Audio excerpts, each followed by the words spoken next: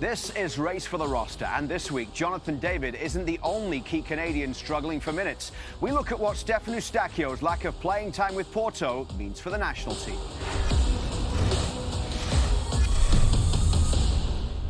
Welcome along to the latest edition of Race for the Roster, as Steven Caldwell has the weekly task of picking the 26 players he thinks will be in Jesse Marsch's Canada squad for the World Cup, and also the starting 11 for the opening game in Toronto next summer. Let's start, as always, by looking at the current projection. These are the 26 for 26 that Stevie has representing Canada next summer. 7 players he has locked in to start the opening game, meaning there are only 4 spots still up for grabs. You'll see there he has Dane St. Clair as his goalkeeper, and great news for St. Clair this week, as he has been named MLS Goalkeeper of the Year. He led the regular season in saves and shutouts. He's the second Canadian to ever win the award, joining Pat Onstad, who did it twice. So congratulations to Minnesota United's Canadian keeper, Dane St. Clair. Elsewhere, Taniolo O'Shea scored his first hat-trick for Villarreal on Wednesday.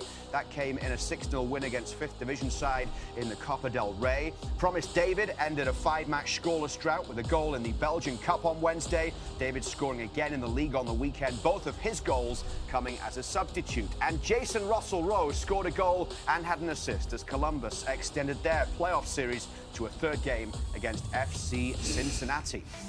And that takes us to the form tracker, which is a 5-game analytical average of each player's performances. The player to focus on this week, Stephen Eustaquio, who, despite being fit, hasn't played for Porto in over a month. The last match he played was Canada's 0-0 draw against Colombia on October the 14th.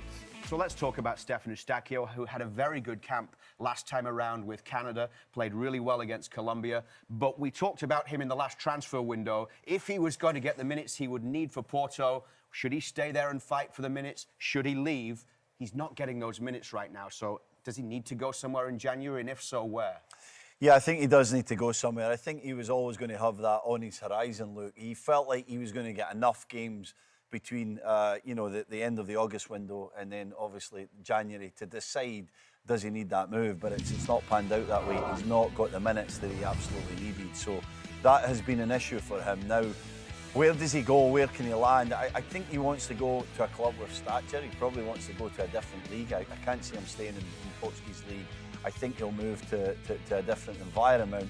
I don't know where that is. I don't know where he would be most suited. I do think that there's a few teams that would be interested in Stephen Eustaquio. I do think he's a player that has a lot to offer, but in my opinion, that would likely be mainland Europe. I don't think necessarily UK would suit his game, so maybe you're looking at a team in La Liga or potentially a big team in a smaller league, but he's got to go. If he's not getting enough minutes, so he's in the right kind of form that he needs to be for Jesse Marsch in Canada. A quiet week for Stevie this week. He's not making any changes to any of his projections. As we take a look at Stevie's roster here, 4 spots still up for grabs, right down the middle, with the goalkeeper, centre-back, centre midfielder and striker still waiting to be locked in to the starting 11. As for this week's key Canadians to watch, Jonathan David's Juventus play Sporting in the Champions League on Tuesday. Like Eustaquio, David struggling for minutes, and he'll be hoping for an opportunity under new manager Luciano Spalletti. And Promise David is also in Champions League action this week. The Belgian league leaders will be in Madrid to take on Atletico on Tuesday.